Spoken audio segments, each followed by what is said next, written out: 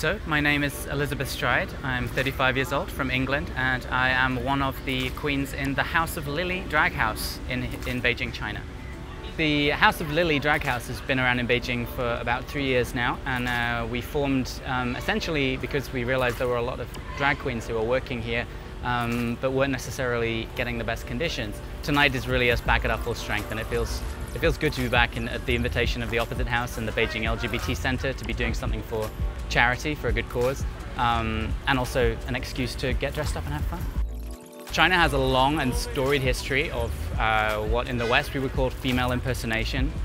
So when I first moved to China, I was dazzled by Liu Gang on mainstream TV, a fantastic opera singer who played female roles but also could sing as a man, and would, in full regalia, dazzle especially middle-aged women. My mother-in-law is a big fan. But then also there's a long history stretching back into the early days of Peking opera. Like most performance arts, women were not allowed on stage, and so men took the female roles. And China is a place where people really understand the entertainment value of a man in a dress.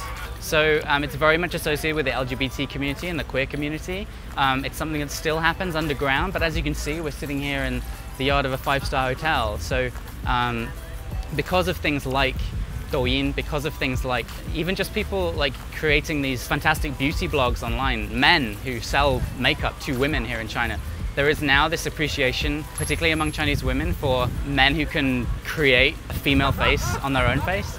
And so what we're seeing is an awful lot of demand, not just from like foreigner-oriented venues, obviously, you know, places like this, but also very much Chinese-owned, Chinese-run businesses, hair salons, beauty parlors, to hire drag queens to perform, to help deliver events. And so I think there is like a sea change, at least in the big cities, where we're seeing a move towards drag maybe not becoming mainstream, but certainly being something that is more broadly accepted.